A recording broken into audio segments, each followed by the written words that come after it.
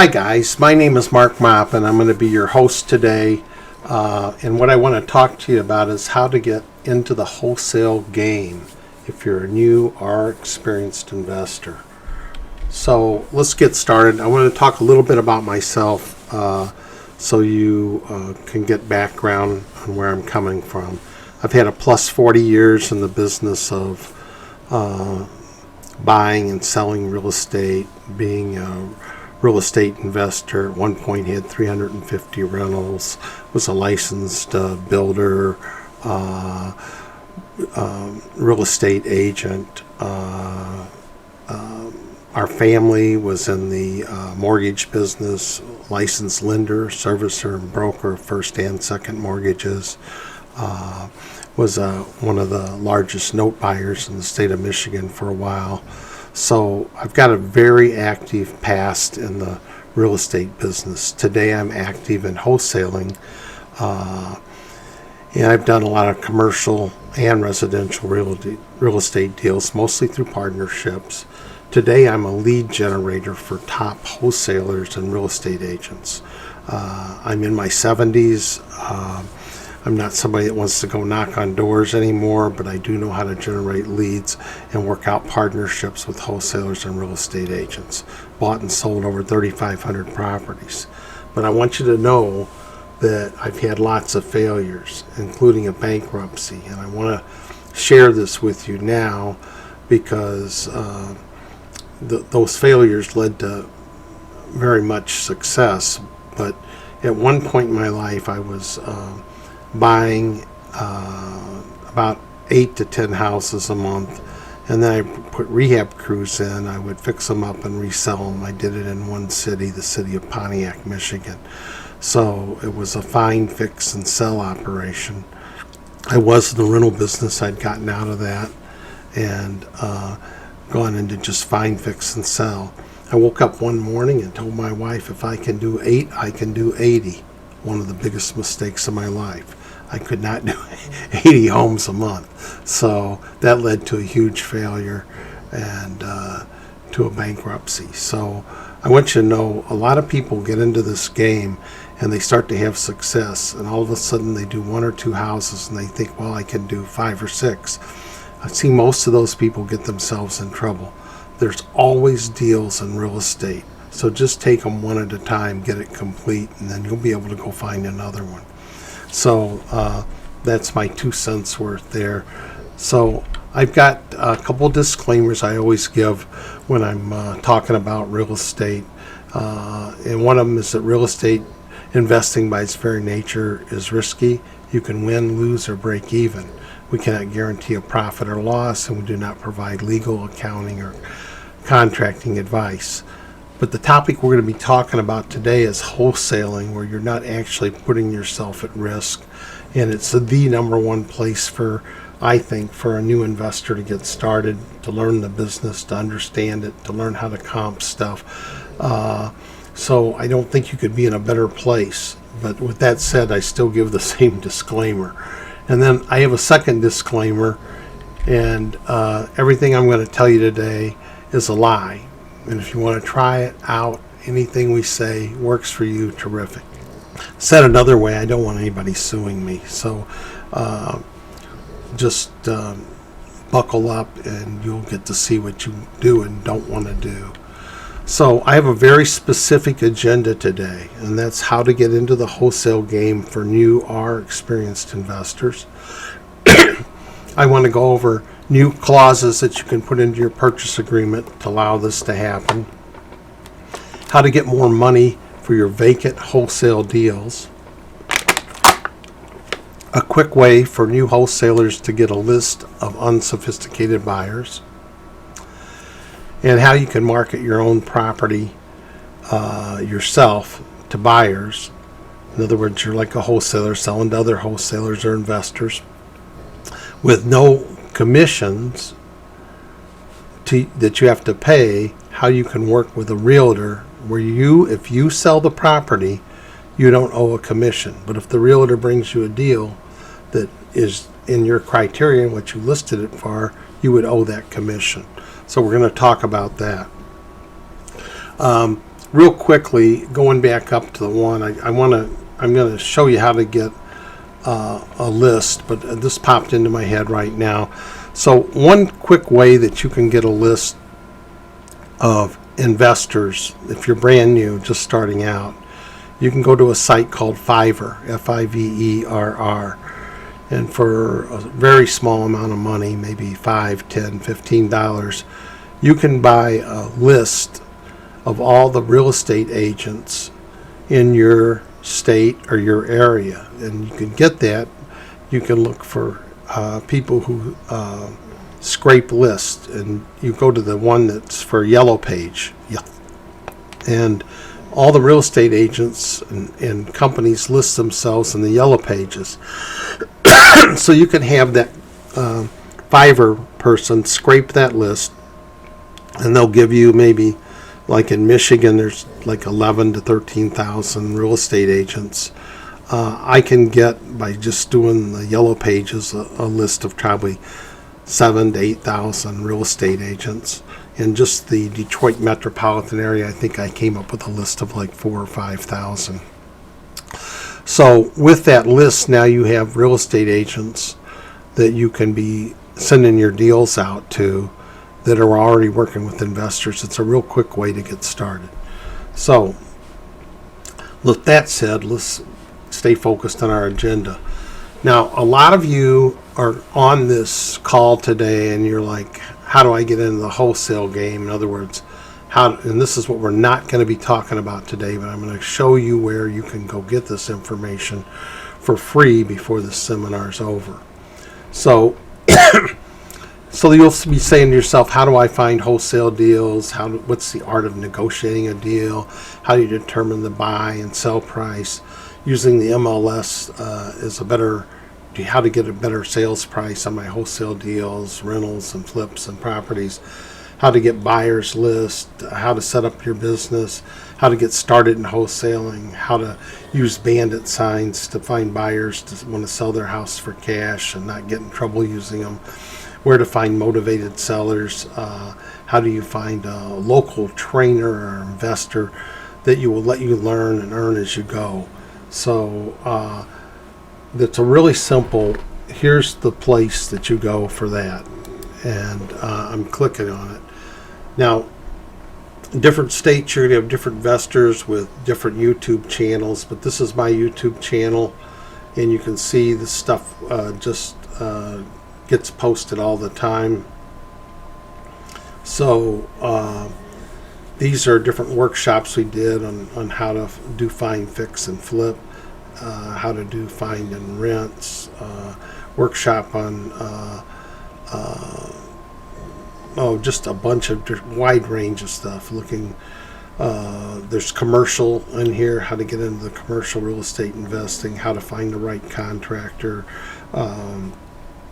tips on if you had an insurance claim, how to handle that and maximize your claims and stuff. So there's apartments. You can just kind of look through this. It's a really good tool. And simply Google my name, Mark Maupin, YouTube channel, and this will pop up. And these are all free, and they're a wealth of information. And all of our past meetings we've recorded. We have a very large meetup group, 6,000 people in this area, and so it's a good resource for you, is all I'm saying. So with that said, let's say if I was starting all over in the wholesale game, plus 40 years, I'm going to give you what my roadmap to success would be. First thing you want to do, and it's a pretty quick read, go on the internet and do a Google search for a book called Who, Not What by Dan Sullivan. It's an incredible book that I don't care what business you're in, it will help you, because I had to take a drink of water here, because it's going to show you the who's in your life are the ones that are going to get you where you want to go. And by that I mean, like if you're in a given market, you want to find out who the top wholesalers are and get to know them. And you want to enroll them in who you are. That book takes you through step by step how to do that.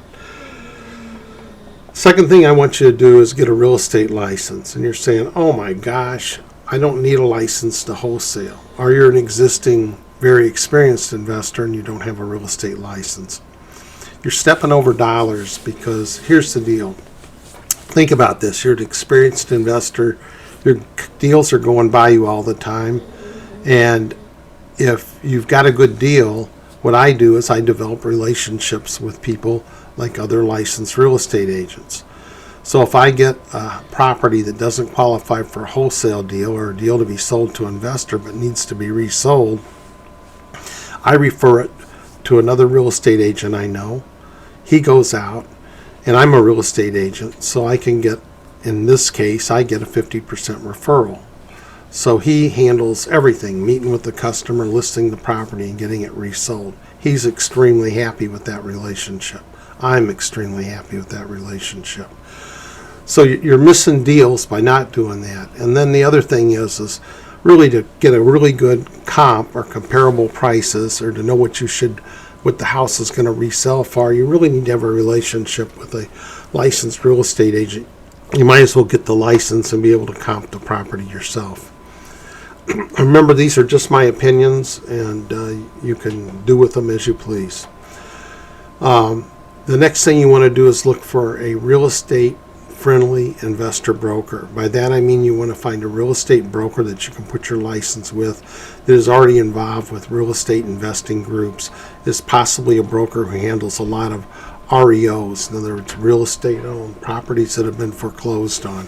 So you want to be able to find those guys and be able to work for an investor broker that isn't going to say you owe me a commission on your buy, or maybe that commission's a very low amount or that, but you're going to be able to work for them and then find deals that you might want to have relist, or have, do what I do, have somebody else relist it, because it's the nature of the business. When you're out chasing deals, not every deal is going to be that one for a wholesale deal. It's going to be a motivated seller. It can be a good deal. You know it can relist and sell. So you might as well pick up that money. The next thing you want to do is you want to find the king or the queen of wholesale in your market. In other words, the person that's doing deal after deal. He's getting the properties tied up. He's the number one guy at pushing deals to other investors. He knows what he's doing. And you want to get to know that. That's the who. So how do you find that person? You want to join as many real estate investor meetups in your area as you can and start going to them, and you'll see who those people are. You also want to go to local REIA meetings. Those are the real estate investing groups. How you find almost all those is to join Meetup and go on Meetup and just type in real estate investor groups, real estate wholesale groups, and they'll show up around you. The next thing you want to do is you want to join private Facebook groups for real estate investing and wholesaling. So you go into your Facebook and you do a search for, like in my case, if you were in Michigan, Michigan real estate investors, Michigan wholesalers, Michigan REIAs, and they'll pop up. And then you want to join those groups. A lot of them are private groups, and so what that means is you have to submit your email, say I'm a beginning wholesaler, I'm a wholesaler, I'm a real estate investor, and they'll give you permission to join. So the average group out there that I see is anywhere from 5 to, well, actually from 3,000 up to 10,000. I see some of them that are up 20,000 plus people. So I belong to Facebook groups all over the country that are real estate related.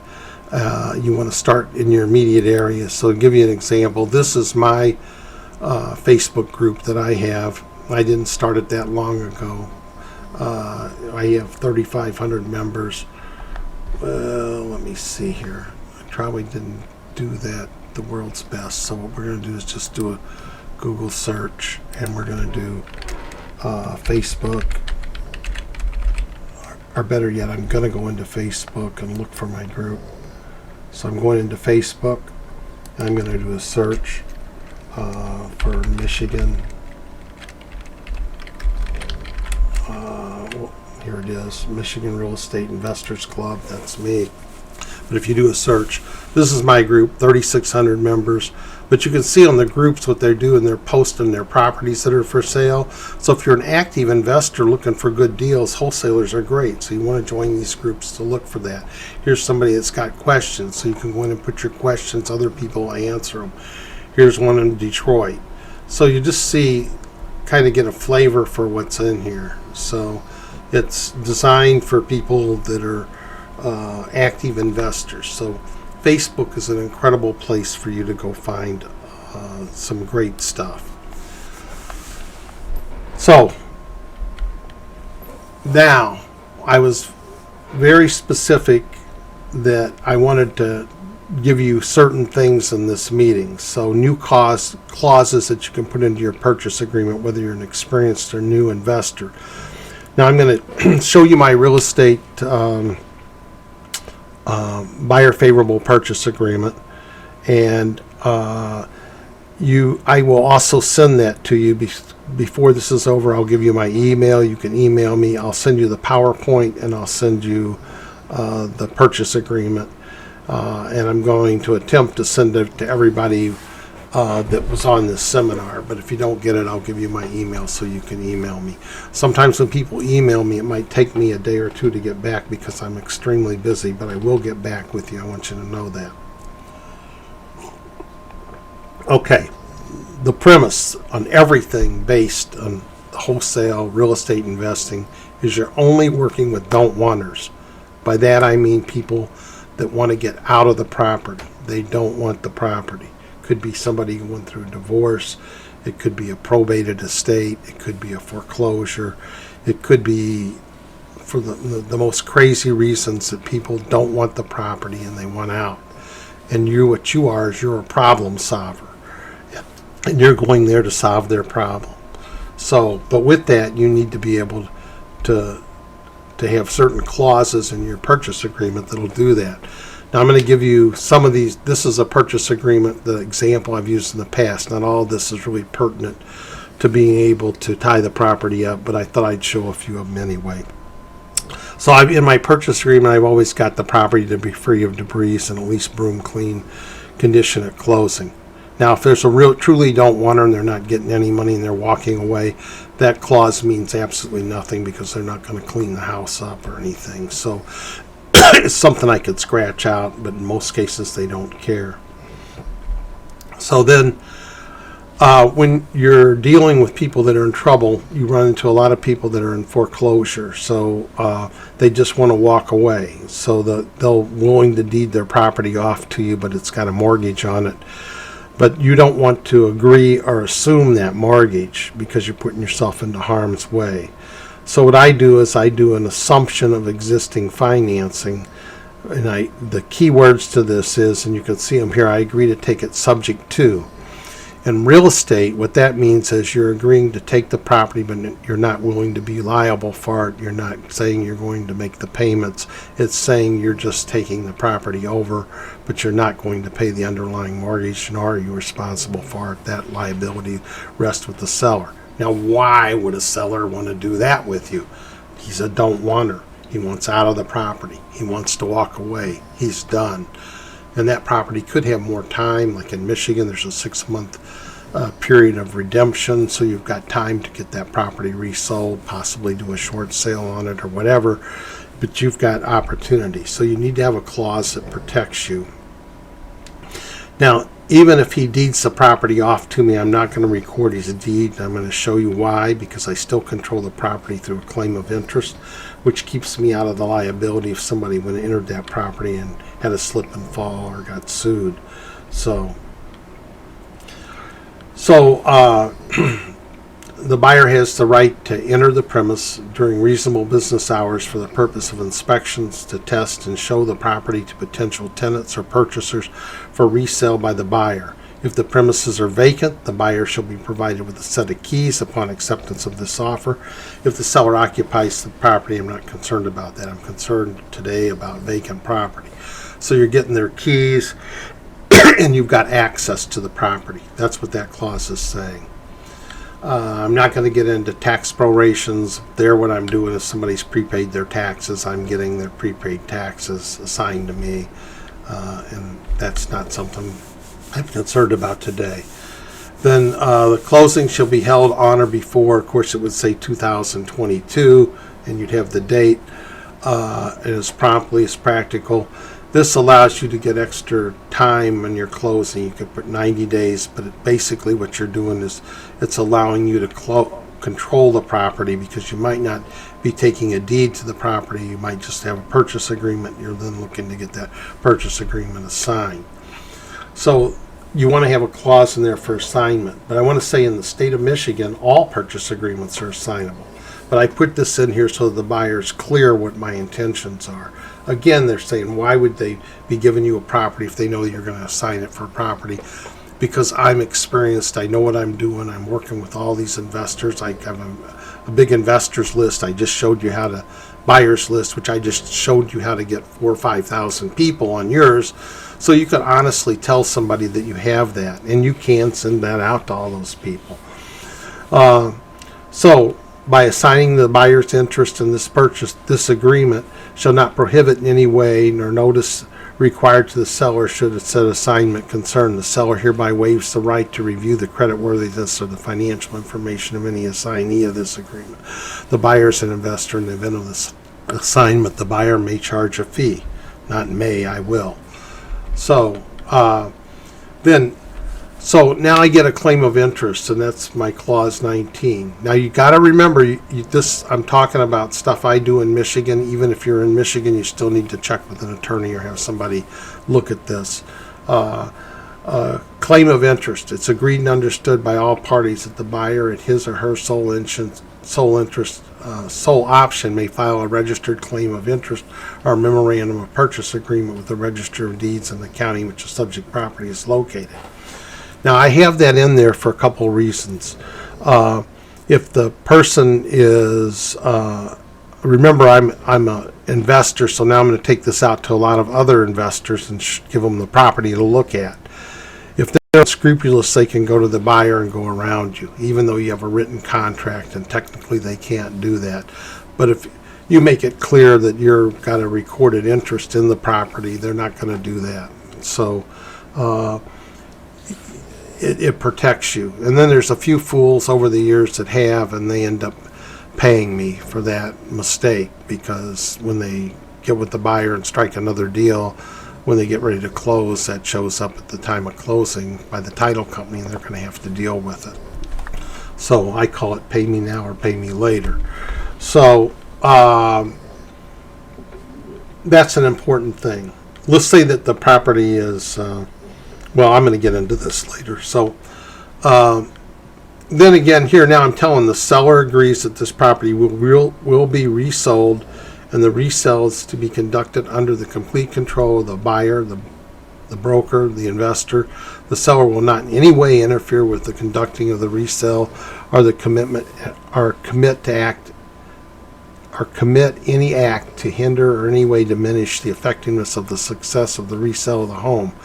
Then should the seller do that, I've got a fine that goes against them, but I don't even know if that's enforceable. I've never had an issue with that because I've been clear with the people on what I'm doing. So back to what I promised you today. So I said, how do you get more money for vacant wholesale deals? If you're a new investor, how do you get the biggest buyers list of less sophisticated buyers who will buy? Well, remember, I've already told you how to. You could go on to Fiverr and scrape and get lists of investors, or you could even go on to Fiverr and find somebody who would scrape for investors on the internet with their buy sites and that. But let's want to focus in on some really key things. So, one, if the property's vacant and they're a don't wanter and they want to walk away, one way they can do it is deed the property to you. In the state of Michigan, if they deed the property to you and there's taxes owed and they give you a warranty deed, you can't record your warranty deed unless those taxes are paid. So they can't also give you a second deed called a quick claim deed. So the quick claim deed can be recorded and taxes can still be owed and you can convey it. So I'm going to have them sign a warranty deed and a quick claim deed in the state of Michigan. But remember, in my purchase agreement, I've got the right to file a claim of interest. So I'm not going to record those deeds. Why am I not going to record those deeds?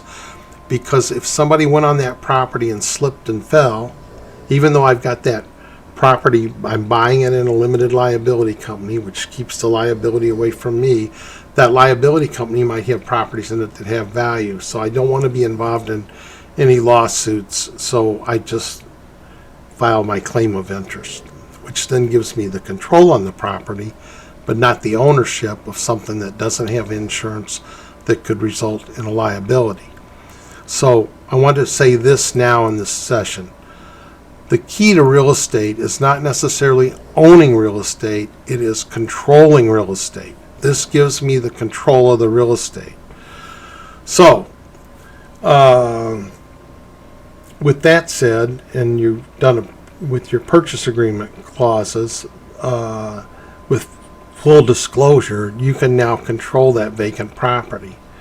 And I want to tell you my donate story now. So I have been involved with charities over the years, and I've been somebody who actively sells properties that get donated to charities.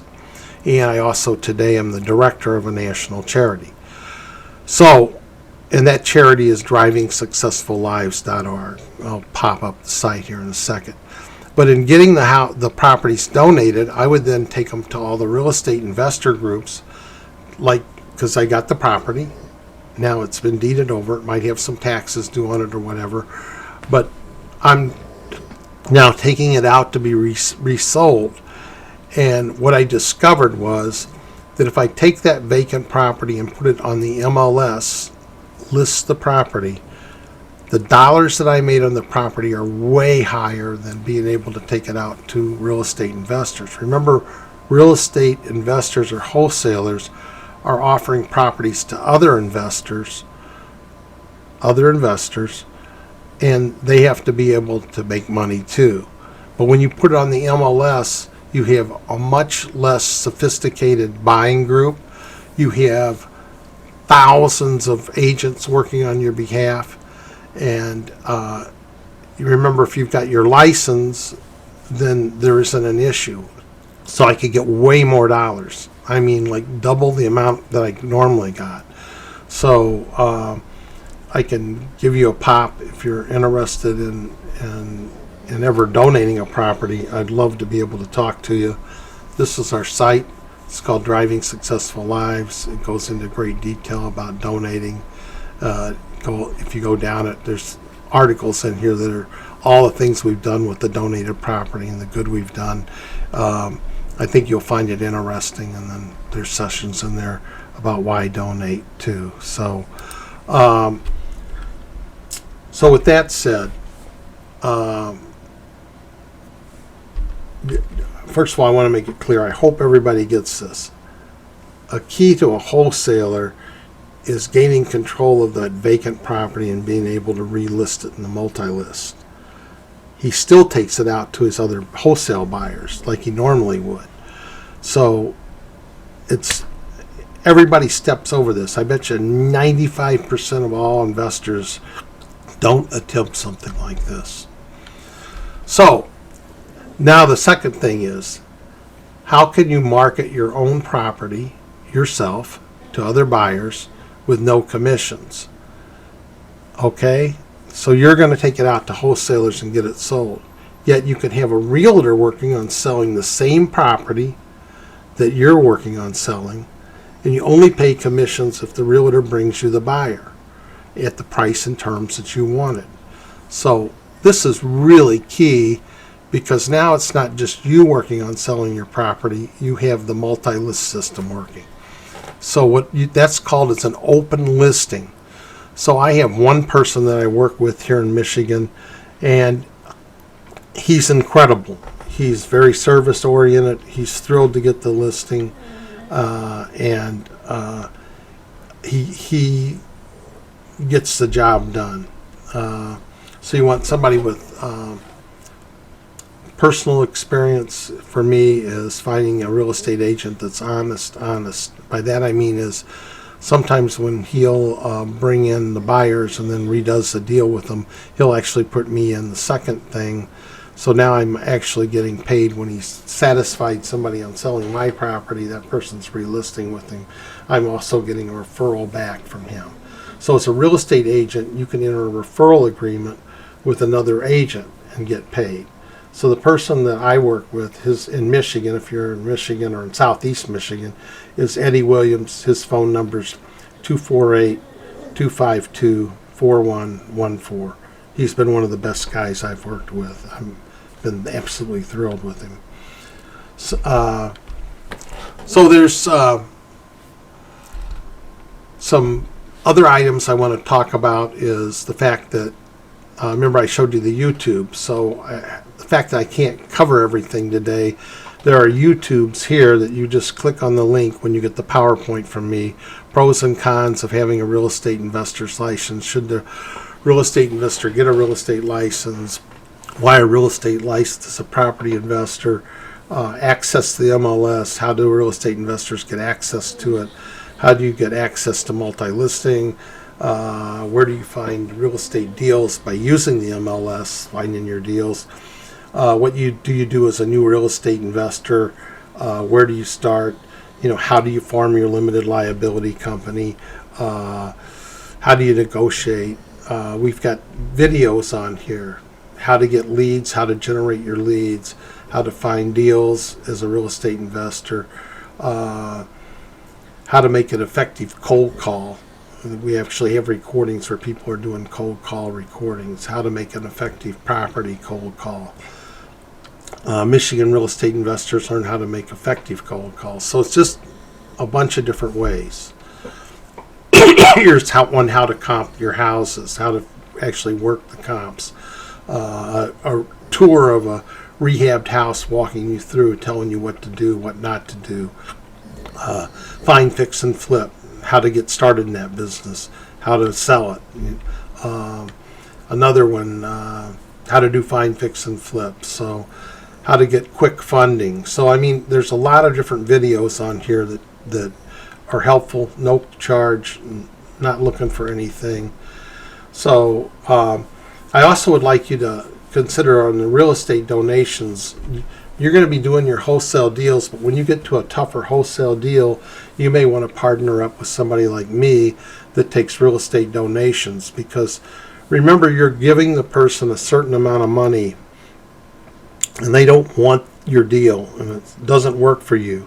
Then you can partner with a charity that's very experienced in real estate donations, and they can offer the person, the charity takes the property in, the charity can buy it, and then the person can still get the benefits of what the appraised value for the property is from the donation. So it really helps you create a deal that'll bring your deal in. So if you're interested in that, email me, or if you've got a deal, talk to me. So if you got value out of this, I'm asking you to tell some other people to come about it, asking them to join our meetup sites, leave a positive comment on our meetup sites or our YouTube channels. And if you need to get hold of me, you can email me. My last name is Maupin, MAUPIN .mark@gmail.com. It's my private email. And that's it for our seminar. I want to thank you very much. I hope you got value out of this today. And email me also if you want the PowerPoint, my purchase agreement. I'm glad to send that to you. Remember to check with whoever's in your state that's knowledgeable. Make sure you talk to somebody before you go running around with a Michigan purchase agreement trying to use it in another state. I thank you for your time. Have a good day.